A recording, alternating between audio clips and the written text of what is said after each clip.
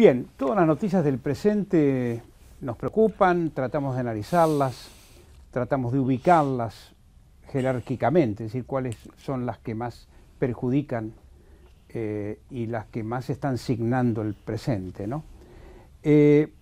Pocos hablan del futuro, es decir, se habla poco del futuro, es como si viviéramos permanentemente del pasado y de la coyuntura y no habláramos del futuro. Precisamente para abordar este tema hemos invitado a Luis Rapoport. Luis es economista, pero además de economista es un pensador. Todos podrán leerlo a Luis, que tiene una amplia actividad en todos los frentes del pensamiento. Luis, bienvenido. ¿Qué tal, Daniel? ¿Cómo te va? Por favor. Bueno, el futuro, ¿cómo enmarcar el futuro para la Argentina y su ubicación en el mundo? Y su ubicación, digamos, para una ciudadanía que viene, digamos, renga, frustrada. Yo creo que la pregunta está bien porque dijiste en el mundo y esto va a parecer como el libro de Proust, ¿no? En busca del tiempo perdido. En busca del tiempo perdido. Porque lamentablemente se perdieron 11 años, un poco más porque el colapso del 2001-2002 también nos alejó de lo que se discute y lo que pasa en el resto del mundo. Y lo que pasa requiere un país que sepa enfrentar, desde mi punto de vista, el problema más serio que está viviendo el sistema internacional, que es el problema de la exclusión y el problema de los puestos de trabajo. El problema del trabajo. El problema genéricamente del trabajo. Del trabajo. ¿Cómo se vincula? La presencia de la máquina, decís, la presencia de nuevas tecnologías que reemplazan... Aquí hay varias cosas que algunas ya están pasando y otras están camino de pasar en los próximos 10 años. Las que están pasando es que hay básicamente 5 formas de vincularse con el mercado de trabajo y nada más que 5 formas. ¿Cuáles serían, según Estas tu son criterio? A través de la sociedad del conocimiento, o sea, gente que está en la punta de la sociedad del conocimiento, a través de sueldos bajos, a través de los recursos naturales y a través de la gente que le vende servicios a los 3 primeros, el peluquero de Bill Gates, el chofer de la persona que explota una mina o los trabajadores de una mina que viajan en una combi hasta la ciudad más cercana. O, qué sé yo, el mismo tipo de servicios en países de sueldos bajos, digamos. Y después tenés una quinta forma de vincularse al mercado de trabajo, que es directamente ser un excluido. Y la exclusión es un fenómeno que está aumentando tanto como está Entre los aumentando excluidos, perdóname la interrupción, entre los excluidos, ¿considerás al que trabaja en negro y al que no consigue trabajo? Ahí hay una mezcla de situaciones. Por un lado, digamos, una cantidad de gente que no consigue trabajo.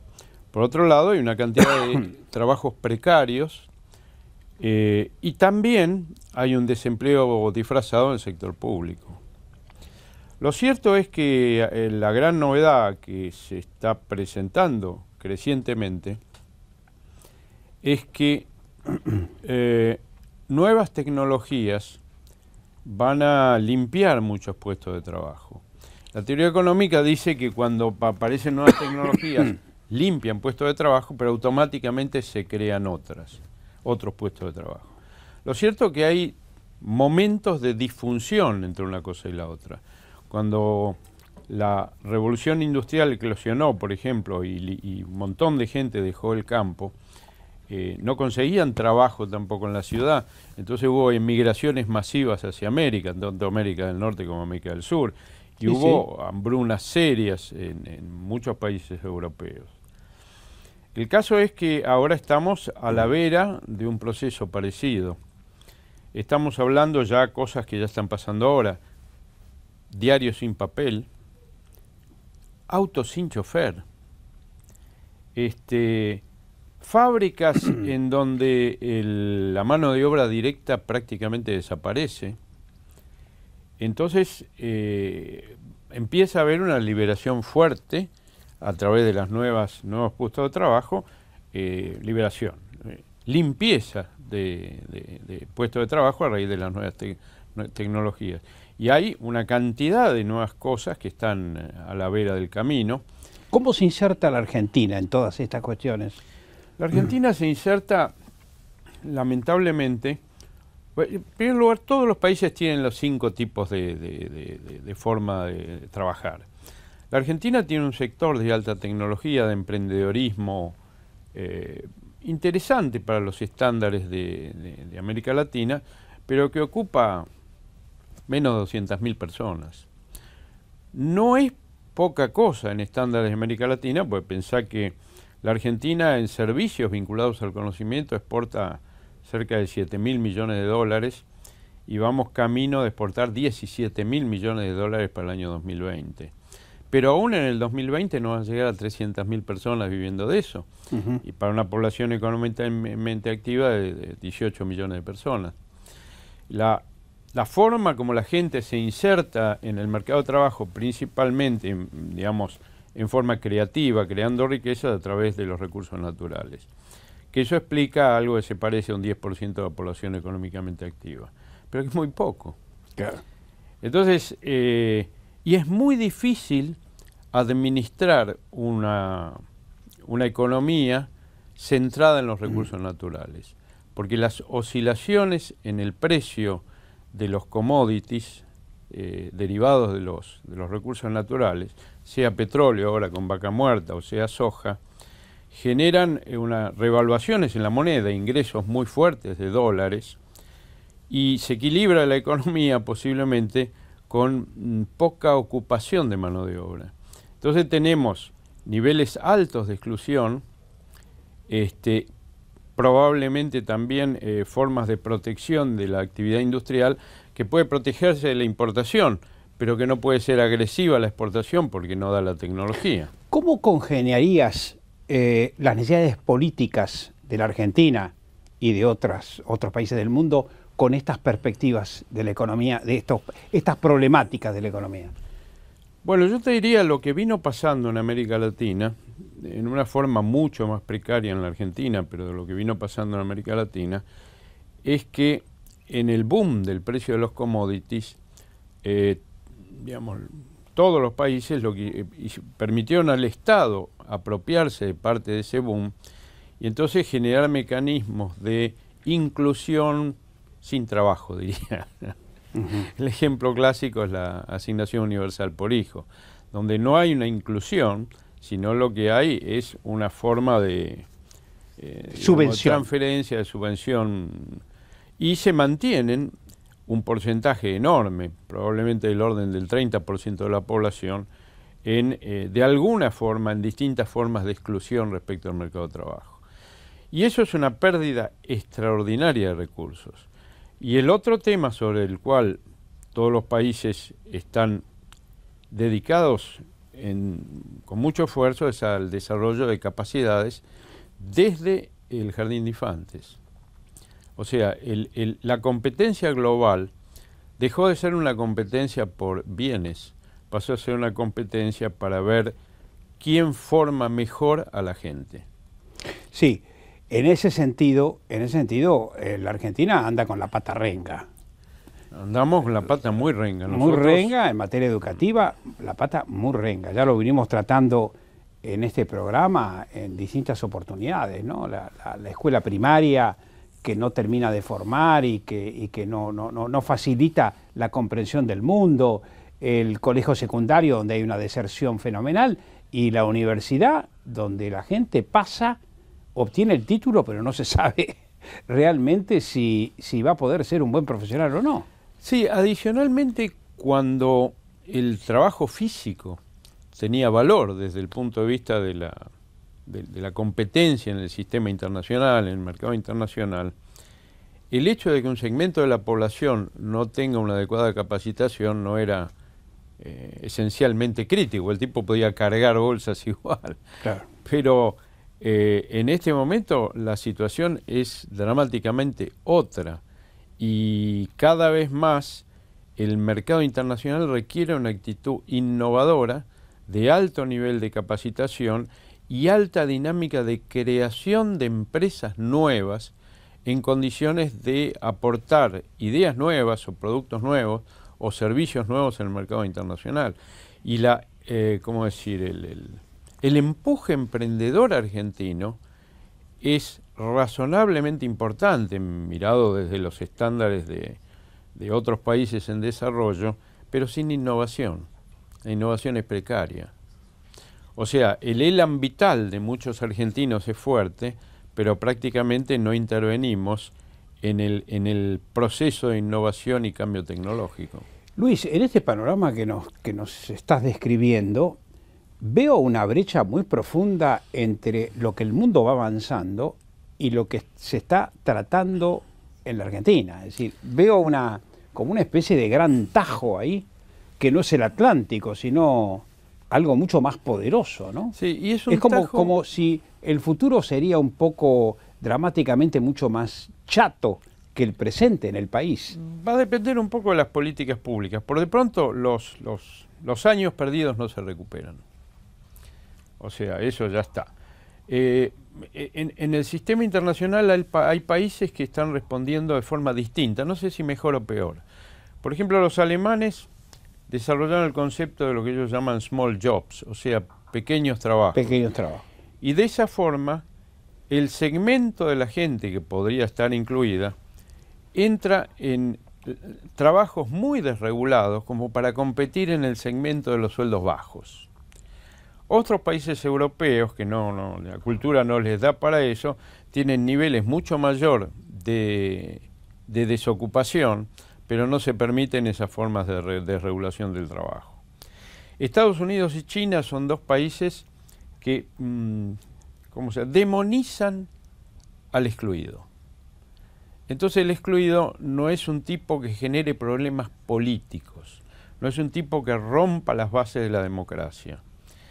En otros países, como bien sabes... Hay casi 40, 50 millones en Estados Unidos desocupados. Sí, son muchos. Sí. Una monstruosidad. No tanto desocupados como, además de los desocupados, que ahora bajó mucho el desempleo de Estados Unidos, está en el 7 y pico %, pero sí hay mucha gente que tiene, al estilo del caso alemán que hacía referencia, sueldos de baja remuneración, muchísima gente. Por eso la polarización social en todos los países del mundo está aumentando. En Estados Unidos no es crítico desde el punto de vista del sostenimiento de las instituciones, porque la cultura norteamericana, vuelvo a decir, la China parecido, penaliza al pobre, dice, y entonces el pobre se siente dos veces mal. Primero porque es pobre y segundo porque está penalizado por la sociedad. Claro. Denigrado del todo sería. Denigrado del todo. Pero no es un tipo, pero pensá que los excluidos en este mundo aman, desean, quieren un lugar mejor en la vida, saben quemarse en las plazas, saben agarrar un Kalashnikov o saben cortar una calle en un piquete. Y entonces saben votar, votan. Claro. En ese juego de votación, el proceso, por ejemplo, que está viviendo Europa, es un proceso que pone en signo de pregunta muchas cosas, porque el caso francés, por ejemplo, aumenta el porcentaje de votos a la extrema derecha xenófoba, y además, y eso es más preocupante, baja el porcentaje de gente que va a la elección, va a las elecciones. O sea, hay un aumento de la apatía política. Y el tema de la exclusión tiene que ver con la estabilidad del sistema democrático. Sí. Bueno, me dejas pensando, Luis, porque, ¿sabes qué? Mientras te escuchaba decía, bueno, y tenemos otros preocupados como Luis, es decir, tenemos un grupo o intelectual o no intelectual o político que esté pensando en términos de futuro. Que yo sepa, el único que presentó un plan de futuro fue Rodolfo Terraño, como político. Te puede gustar o no gustar Rodolfo Terraño, pero es el único que en materia política trazó un plan de 5 o 10 años, de cambios. ¿Hubo otros? ¿Hay otros? ¿En el mundo político hay preocupaciones como estas? Bueno, yo veo de alguna forma con cierto optimismo el hecho de bueno, la Argentina es un país pendular, vos lo sabes bien. Muy pendular. Y así como ahora... No solamente stop and go, sino go, go, go o stop, stop, stop. Sí. Y bueno, vos sabés bien que estos 12 años fueron años de fuerte destrucción de las instituciones. Así es. Yo pienso que ahora viene un periodo donde todos los candidatos los vean una actitud de reconstrucción de las instituciones. El tema es en qué medida, y lo cierto es que sigue siendo un país donde el diálogo entre la inteligencia y el poder es un diálogo obturado. Con pocas excepciones hay un eje demasiado fuerte sobre las campañas electorales y demasiado débil sobre qué hacer una vez que se esté en el poder. Pero algo hay, algo yo creo que hay. En todas las fuerzas políticas hay gente tenemos que estrujar, que está pensando. Tenemos que ir estrujando para poderlo conseguir. Bueno, vos sabés bien que con el Club Político Argentino estamos muy enfocados en ese tema, tratando de ofrecer la cancha del club, llamemos así, para que los candidatos discutan y acuerden políticas públicas. Y en el Congreso en estos años, y hay que reconocerlo, la oposición puso un número importante de proyectos de ley que revelan una fibra creadora en ese sentido. Entre los activos que se considera tiene la Argentina, que tiene muchos activos, pero que no son explotados o no son explotados con cierta racionalidad, figura Vaca Muerta.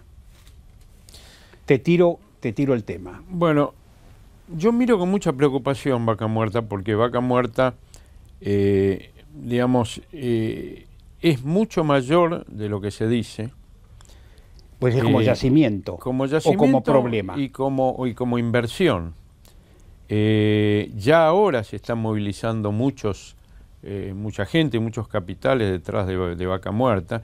Hay muchos que están en la gatera, tanto en Vaca Muerta como en la minería. Ahora, por el otro lado, no hay ningún debate.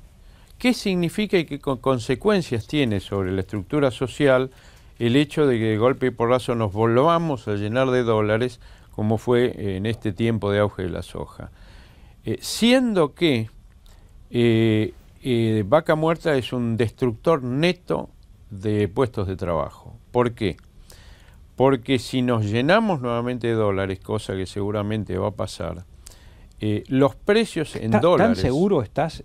Ya una vez tuvimos una conversación en privado, ¿no? Y te pregunté, ¿tan seguro estás de que van a venir inversiones con este clima en el cual no se puede sacar dólares? Mirá, el fenómeno inmediato de aumento de los precios en dólares de todo está pasando ya hoy día en Neuquén.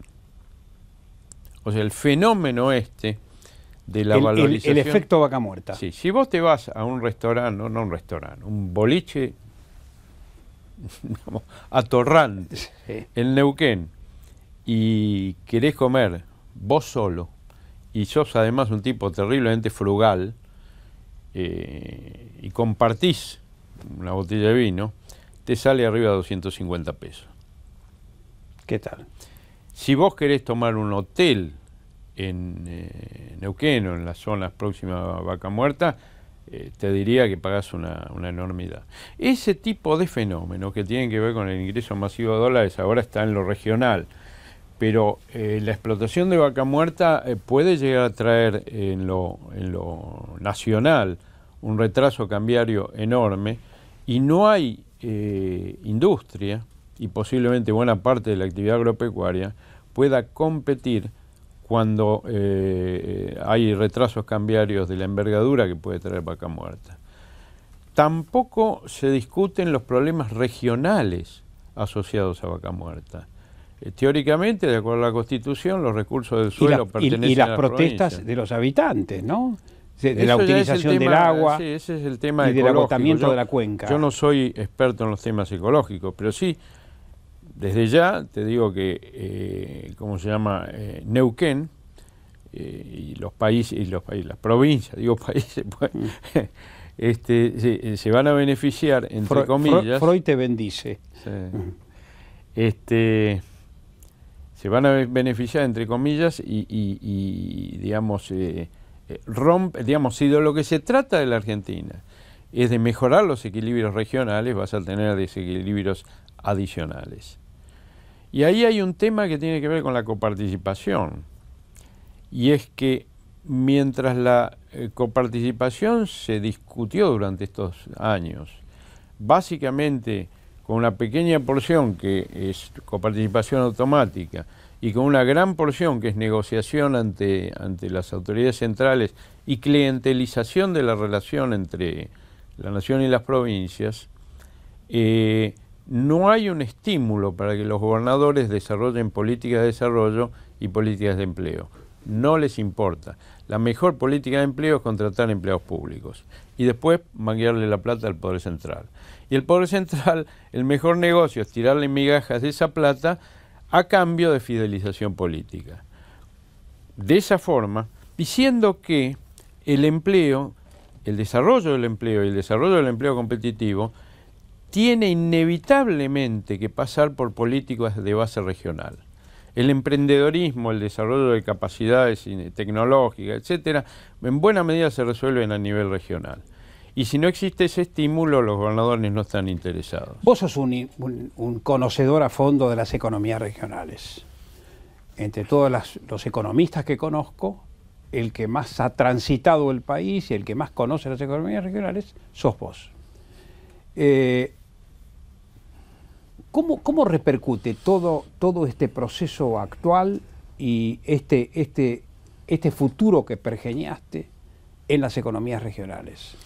Y bueno, de alguna forma, en forma similar a lo que pasa con la actividad industrial, los retrasos cambiarios, como el que se vive ahora, sin ir tan lejos, el vino, que la Argentina... Cuyo. Sería Cuyo. Cuyo y también Salta. Y Salta, ¿sí? Sí, básicamente la zona cuyana, que es un buen ejemplo de una economía regional de altísima calidad y con un esfuerzo local muy bien enfocado. Ahí hay hasta institucionalmente ha crecido el sector vitivinícola a través de la COVIAR, que es la Corporación Vitivinícola Argentina, una iniciativa privada, pero que se financia con un impuesto que los mismos vitivinícolas presionaron para que se los cobren, digamos, sí. ¿no? Y bueno, eso creció de una forma bestial y el retraso cambiario que se vivió por vía inflacionaria últimamente, hasta esta devaluación, sacó buena parte del vino elaborado del mercado internacional, salvo los segmentos más caros, y bueno, estamos exportando mostos. Y esa primarización significa puestos de trabajo. Vuelvo a decirte, hay que cambiar el sistema de incentivos que tienen los gobernadores. La coparticipación tiene que asociarse a la masa salarial privada de cada provincia. De alguna forma hacer digamos, un juego de fórmulas de tal forma que cuanto más empleo y cuanto más mejor remunerado y más formal sea ese empleo, más plata va a ganar digamos, el presupuesto provincial. De esa forma se asegura que el negocio ya entre comillas, del gobernador y de la provincia no sea fidelizarse al poder central y negociar y depender, sino el desarrollo económico y del empleo de cada provincia. Hay provincias enteras, especialmente las andinas y la del noroeste, del noreste, que dependen, la gente depende del empleo público. Exactamente. No se ha hecho nada en las últimas décadas. Digamos, a lo largo del siglo XX no ha habido ninguna alternativa de generar zonas o oportunidades laborales, ¿no? Sí. Bueno, un caso de esa naturaleza es la provincia de Santa Cruz. Ajá. Obviamente la provincia de Formosa, pero de alguna forma, con mayor o menor medida, fuera de la provincia de Buenos Aires, capital, Córdoba, Mendoza y Santa Fe, el resto de las provincias, la significación del empleo público es esencial, ¿no? Sí, no se puede vivir sin el empleo público. Exactamente. Con lo Por cual eso hay voto atado al empleo público. Bueno, eso hay que preguntarle, ya no soy yo. No, pero eso hay que preguntarle a la gente que canto, sabe de... Pruebas al canto, de pronto en provincias donde el empleo público es altísimo, sin duda alguna que en las elecciones se muestra la relación directa entre el empleo público y el voto hacia el caudillo. Bueno, además hay otras cosas que yo creo que a vos como periodista seguramente te preocupan más que otras, y es que los medios están fuera de esas provincias, básicamente, están esencialmente controlados por el poder provincial, ¿no? Así es, así es. Es decir, es difícil que haya medios independientes cuando no hay un sector privado pujante e independiente del poder político. Bueno, se nos está terminando un poco el tiempo, Luis. Te hago una pregunta sacándote de la cosa económica, llevándote al terreno político. En el club político ya se ha conocido el acuerdo para un desarrollo democrático. ¿Hubo repercusiones concretas de esto? Bueno, sí, yo creo que sí. La primera repercusión es que todos los candidatos, con excepción de Scioli, adhirieron al acuerdo. Bueno, ¿por qué Scioli no? ¿Por qué Scioli no? La verdad ¿Se que sabe? No tengo idea. Bueno, tampoco ahora todavía le preguntamos a los nuevos candidatos, que son Iribarri y Urtubey, ¿no es así? Cosa que es una deuda del club, pero bueno, son muy nuevos, y como se firmó el acuerdo, todavía no eran candidatos. Sí. Y la segunda cosa que está pasando es que se elaboró un procedimiento para que cada uno de los candidatos ponga sus técnicos, se elijan media docena de temas críticos que hay que acordar para el futuro gobierno a partir del 2016, y ahora se está empezando a trabajar alrededor de esos temas críticos. Bueno, Luis, muchísimas gracias. Gracias a vos. Bien, hemos dialogado con Luis Rapoport, que es economista y pensador. Y bueno, creo que hemos sacado provecho de la jornada, ¿no?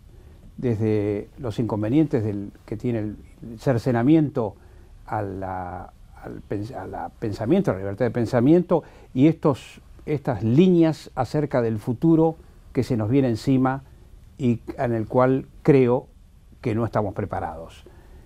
Nos vemos mañana sin falta a las 17 horas. Gracias.